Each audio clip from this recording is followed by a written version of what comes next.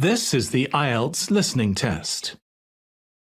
You will hear a number of different recordings and you will have to answer questions on what you hear. There will be time for you to read the instructions and questions, and you will have a chance to check your work. All the recordings will be played once only. The test is in 4 parts. At the end of the test, you will be given 10 minutes to transfer your answers to the answer sheet. Now turn to Part 1.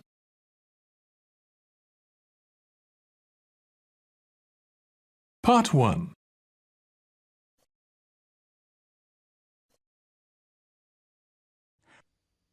Listen to this telephone conversation between Janice Biggins, who works for a house renting agency, and John Anderson.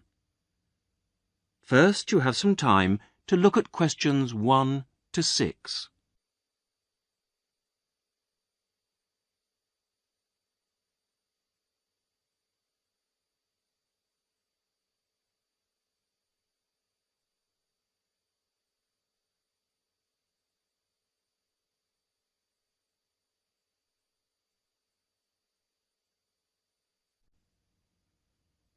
Listen carefully to the first part of the conversation and answer questions 1 to 6.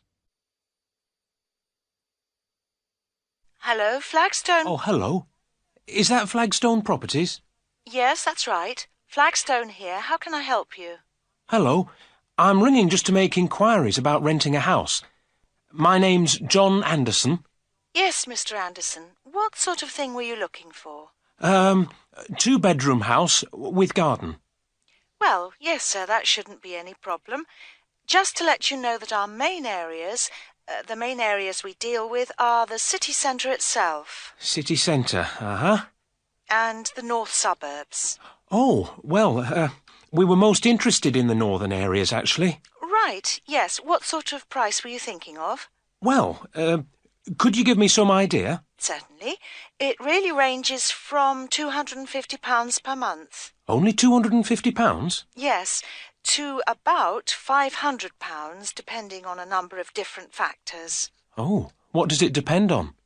Well, obviously the quality of the area, and then whether there's a garden. Oh, well, as I said, we'd want a garden. And a garage pushes up the price. Right. Well, we wouldn't necessarily need one. I think about £350 a month would be our limit. OK. Well, would you like to have a look at a couple of properties, sir? Yes, that'd be great. Looking at our files, I think we've got 2 which might suit you. Oh, hang on. I'll just get a pen. Right.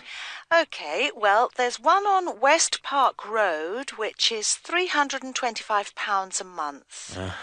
Are the bills included? Well, that one just includes the water bill. OK, right. And the second house is in Tithe Road. I'll just spell that for you, OK? Yep. Tithe Road. Yeah, got that. And how much is that one? That's £380. 380. Is that including water? No, I'm afraid not, but it does include the telephone rental. Oh, well, that's not too bad then. Before you hear the rest of the conversation, you have some time to look at questions 7 to 10.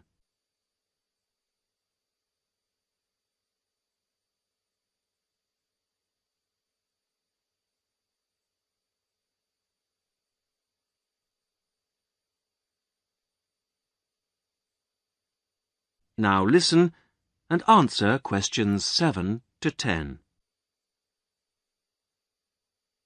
So when would you be available to see them? Well, I'll be in town next week, say Thursday.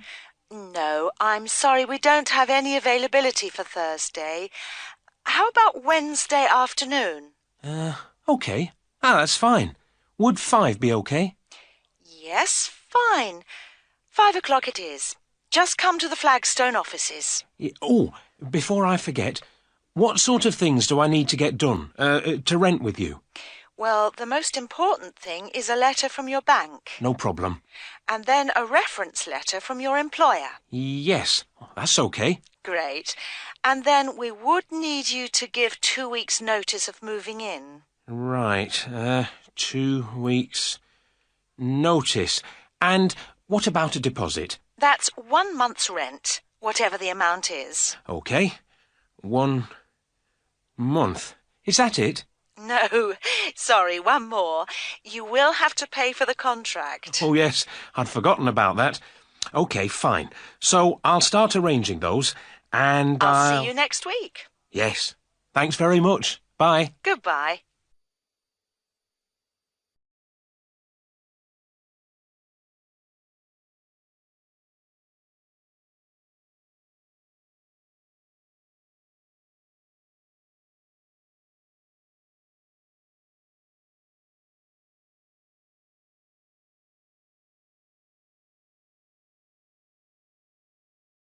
That is the end of part 1. You now have 1 minute to check your answers to part 1.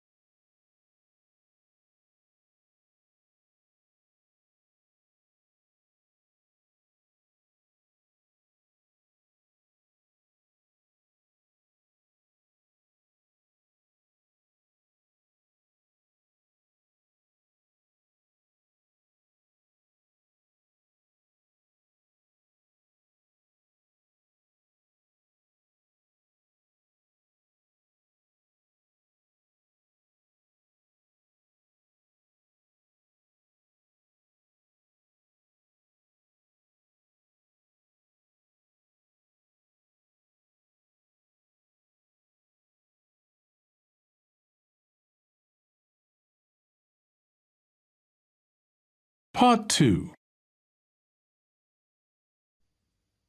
You are going to hear a conversation between 2 women about the health system in England. First, you have some time to look at questions 11 to 17.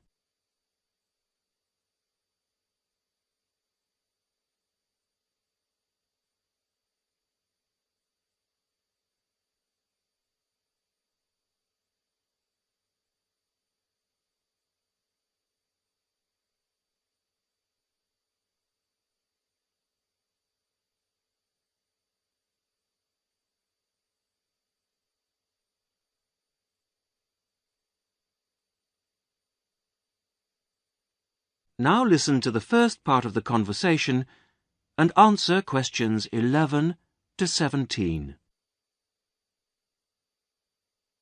Hello, Mrs. Sutton. Come in. How are you settling in next door? Have all your things from Canada arrived yet? I thought I saw a removals van outside your house yesterday afternoon. Yes, they came yesterday. We spent all day yesterday arranging them. It's beginning to feel a bit more like home now. Oh, that's good. Look, come in and sit down. Are you all right? You look a bit worried. Well, I am a bit. I'm sorry to bother you so early, Mrs. Smith, but I wonder if you could help me. Could you tell me how I can get hold of a doctor? Our daughter, Anna, isn't very well this morning, and I may have to call somebody out. She keeps being sick, and I am beginning to get a bit worried. I just don't know how the health system works here in England. All I know is that it's very different from ours back in Canada. Well, I don't know really where to start. Let me think. Well, the first thing you have to do is find a family doctor. Mm-hmm. Sometimes we call them general practitioners as well. Right. And register with him or her. If you live here, you've got to be on a doctor's list. If you're not, things can be a bit difficult. Oh. Nobody will come out to you if you're not registered. Anyway, they work in things called practices. Sort of small groups of family doctors all working together in the same buildings. Now, what you've got to do this morning is register with one of them. Ah. There are 2 practices near here, so we're quite well off for doctors in this part of Manchester. There's the Dean End Health Centre, about 10 minutes walk away. And there's another practice in South Hay. That's about 5 minutes away, going towards the town centre. We're registered at the Dean End one, but they're both okay.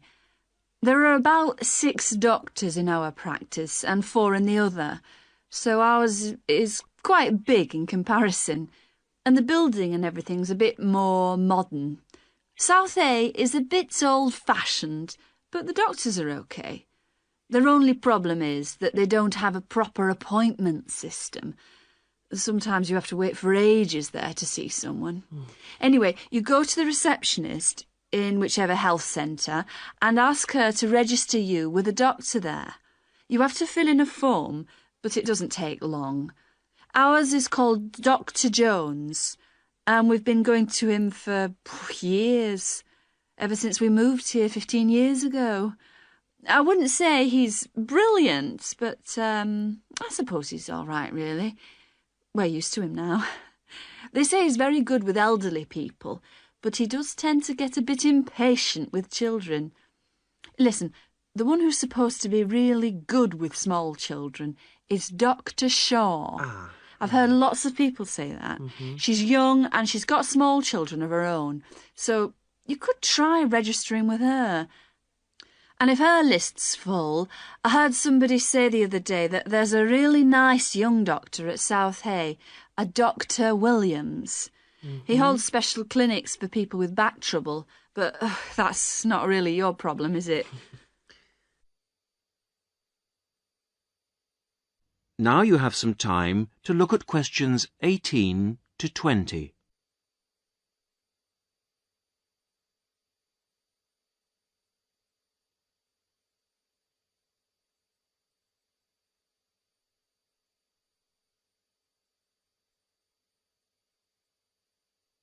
Now listen to the rest of the conversation and answer questions 18 to 20.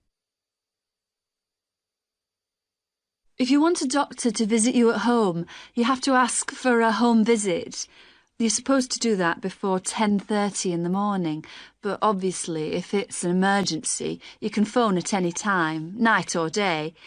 It might not be your doctor that comes, though. It's quite often one of the other doctors in the practice.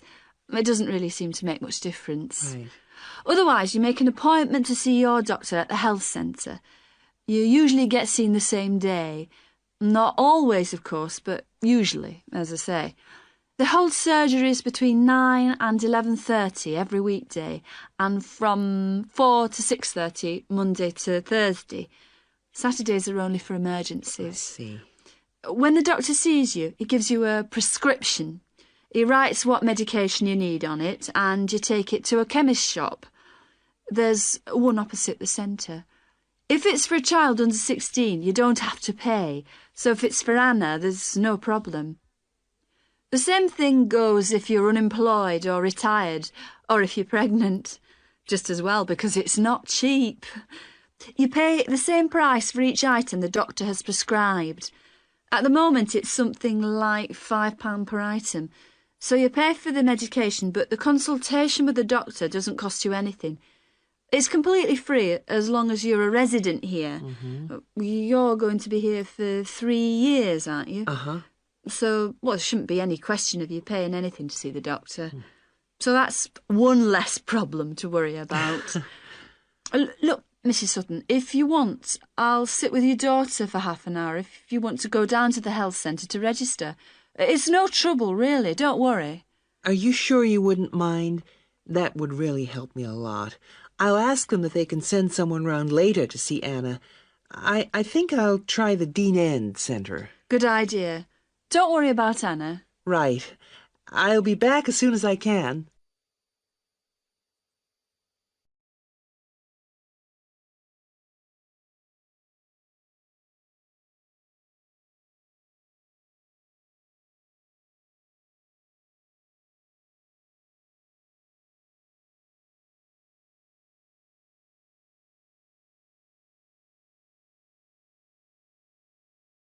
That is the end of Part 2. You now have 30 seconds to check your answers to Part 2.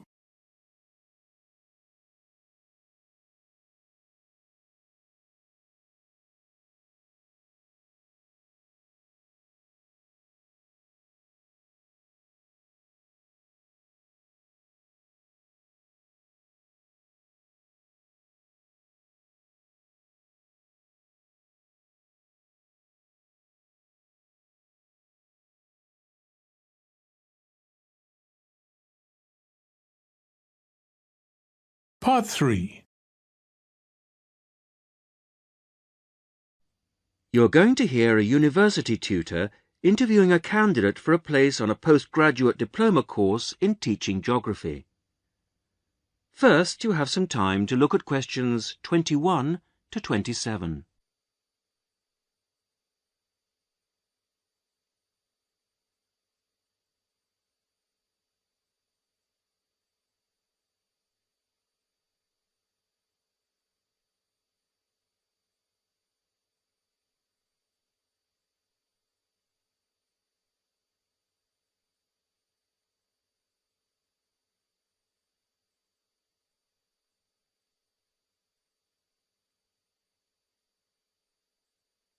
Now listen carefully to the first part of the interview and answer questions 21 to 27. Hello. Jonathan Briggs, isn't it? Yes, that's right. Do come in and sit down. Thanks. Right. Well, Jonathan, as we explained in your letter, in this part of the interview, we like to talk through your application form, your experience to date, etc. And then in the second part, you go for a group interview. Group interview. Yes, I understand.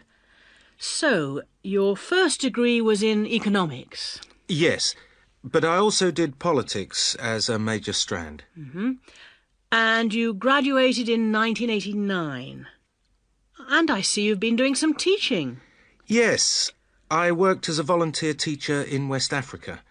I was there for almost 3 years in total, from 1990 to 1992. How interesting.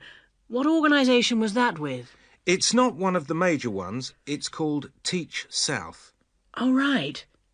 Yes, I have heard of it. It operates in several African countries, doesn't it? And what kind of school was it? A rural cooperative. Oh, a rural cooperative. How interesting. And what did you teach? A variety of things in different years. I did, with forms 1 to 3, mainly geography, and some English with form 5. Then, in my final year, I took on some agricultural science with the top year. That's form 6. Right. Quite a variety, then. I also ran the school farm. How interesting. Before the interview continues, you have some time to look at questions 28 to 30.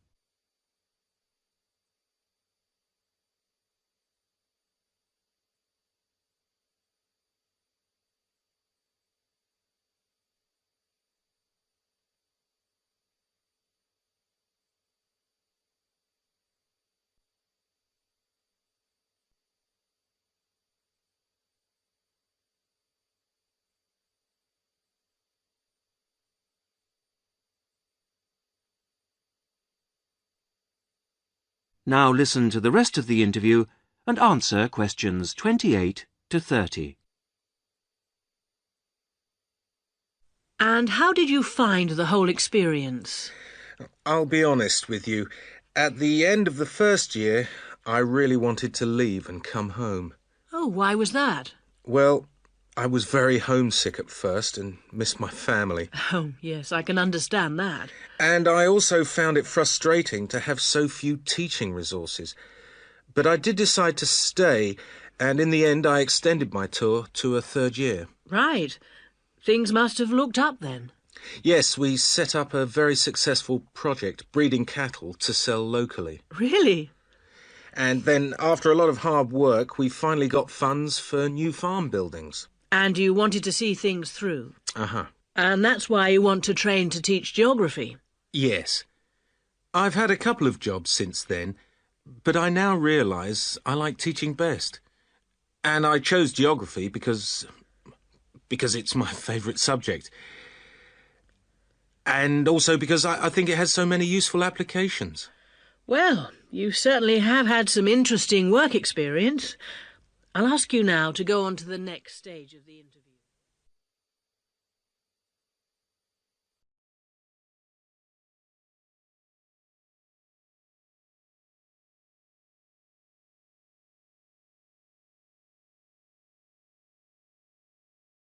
That is the end of part 3. You now have 30 seconds to check your answers to part 3.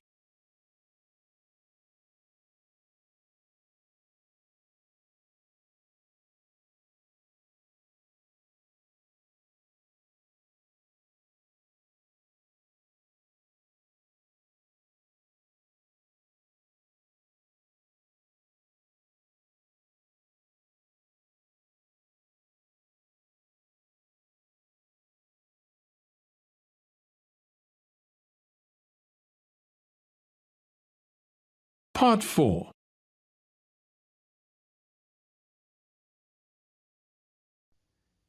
You are going to hear a radio talk on back pain given by Dr. Paula Clayburgh of Liverpool's Wilton Clinic. First, you have some time to look at questions 31 to 40.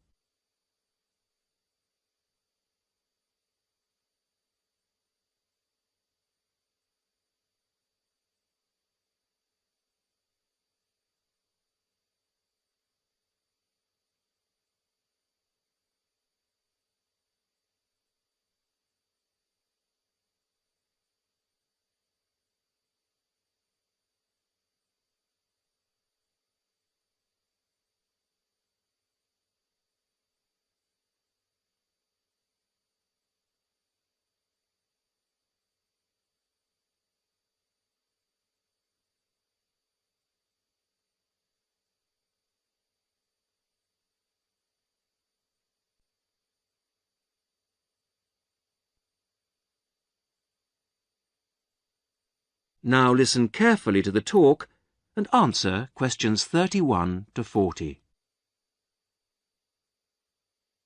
Today's Health Council is presented by Paula Clayburgh, who is the Chief Counsellor at Liverpool's famous pain clinic, the Wilton Clinic. Paula. Do you know what Prince Charles, Sevi Ballesteros and Elizabeth Taylor have in common? They all suffer from chronic back pain. In fact, bad backs are one of the most common health problems today, affecting people in all walks of life. The most recent available figures show that about 250,000 people are incapacitated with back pain every day. And many sufferers don't know the cause or the solution to their problem. The majority of our patients at the clinic tend to be women. They are especially vulnerable because of pregnancy, but also because of osteoporosis, which I personally believe to be the major cause of problems for women. I have many women patients who say they have completely given up exercise because the pain makes them so miserable. But of course, that starts up a vicious circle. Bed rest, giving up exercise, and painkillers are traditional responses to back pain. But although there are many excellent drugs on the market, at our clinic we're beginning to realise the unique benefits of relaxation therapy. Other specialists in the field make a strong case for certain types of exercise, but in our experience they are easily mishandled and can lead to more harm than good. Now let's look at some of the reasons why back pain is developing into such a unique menace. In general, the body is pretty good at self-repair. A strain or a blow to a limb, though painful at the time, generally resolves itself. But the body's response to back injury can be very counterproductive. When pain strikes, we attempt to keep the back as immobile as possible, which makes the muscles tense up. Research shows that they often go into spasm, which causes further twisting of the spine. A vicious circle is underway. The second mistake we often make when stricken with extreme back pain is to go to bed and stay there. Although at the clinic we recognise that a short rest in bed can be helpful, up to 2 days, any longer makes our back muscles become weaker and unable to hold up our spine. The pain, therefore, becomes worse. Another problem is being overweight. Anyone a stone or more overweight who already has back pain is not doing himself any favours. Though it won't actually set it off in the first place, the weight will increase the strain and make things worse. The British diet could be partially to blame for the increase in back pain. Over the last 10 years, the average weight of men has risen by 11 pounds and of women by 9 pounds. So much for the causes and aggravations of pain. But what can we do to help? There are many ways in which simple day-to-day care can make all the difference. The first point to watch, of course, is weight. If you are overweight, a diet will make all the difference. Also, studies have shown that just 1 hour sitting in a slouched position can strain ligaments in the back which can take months to heal. At the clinic, we have come to the conclusion that the major cause of the problem is not with the design of chairs, as some have suggested, but in the way we sit in them. It can be useful to get special orthopaedic chairs, but remember, the most important improvement should be in our posture. Another enemy of your back is, of course, your beds. If your bed doesn't give enough support, back muscles and ligaments work all night trying to correct spinal alignment, so you wake up with a tired, aching back. Try out an orthopaedic mattress or a spring-slatted bed. Research shows that both can be beneficial for certain types of back pain. Another hazard for your back are the shock waves which travel up your spine when you walk, known as heel strike. A real find for our patients has been the shock-absorbing shoe insert, a cheap but very effective solution. And you might be better off avoiding shoes with heels higher than 1.5 inches. Though absolutely flat shoes can be a solution for some, others find their posture suffers. Finally, a word about the state-of-the-art relief, the TENS machine. A small battery-powered gadget which delivers subliminal electrical pulses to the skin. Our experience indicates that your money is better spent on the more old-fashioned remedies.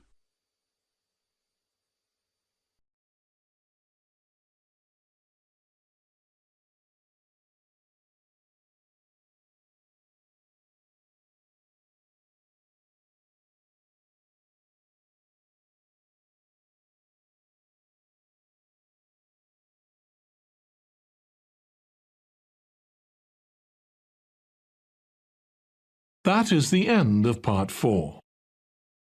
You now have 1 minute to check your answers to Part 4. That is the end of the listening test. In the IELTS test, you would now have 10 minutes to transfer your answers to the answer sheet.